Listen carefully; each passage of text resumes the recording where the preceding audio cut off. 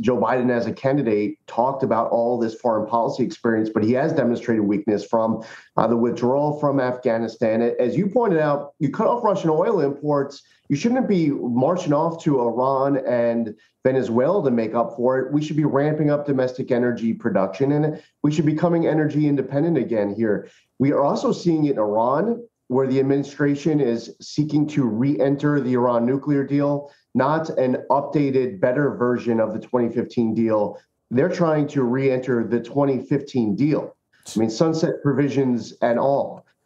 And the other problem is that when you're showing weakness towards one country, the leaders of other nations are watching and they start smelling opportunities. So China, they're starting to flirt more with advancements into Taiwan.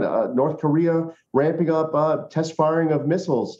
This has huge ramifications, and we still have almost 3 years left of this 4-year term for the Biden administration, and a lot more damage can get done if things don't get turned around. And we certainly need a balance of power in Washington to help do that. Yeah, before I get to what's going on in your state specifically, I want to talk about the 1994 nuclear deal we had with Ukraine. So obviously there was the Budapest Memorandum, which was a segment of START, which was where all the former Soviet Union areas, they wanted to get rid of all the nuclear weapons. They wanted to get rid of the warheads, the delivery mechanisms, capable bombers, etc. All right, so in that accord, in that agreement that was reached, it said that the memorandum included security assurances against threat or use of force against Ukraine's territory or political independence. The countries being U.S. and Russia, promised to respect the sovereignty and existing borders of Ukraine.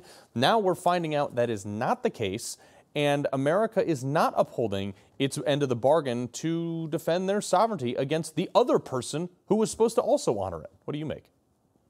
Yeah, so Russia is certainly not honoring their end of that deal. As far as the United States goes, we have slowly been ramping up assistance for Ukraine over the course of these last few weeks. We weren't there when the threat was very real those last few weeks before Russia's invasion. The threat of sanctions obviously didn't create enough of a deterrent effect because Putin went into Ukraine anyway. Some of the support that is being provided now to Ukraine from the United States, I would argue, was sent too late. It actually would have helped Ukraine more if sent earlier. There is some additional help that the United States can provide. It needs to be with the goal to de-escalate, not escalate. Right. We have to be smart and strategic in how we do it. But as you pointed out, there's some past agreements where Ukraine ended up relinquishing some of its own tools to protect its own territorial sovereignty.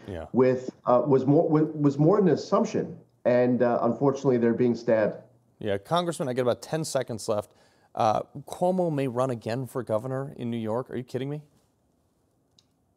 Yeah, he needs to get as far away from elected office as possible. It says something that about half of the Democratic vote is split here between Hochul and Cuomo, but it's all downhill fast.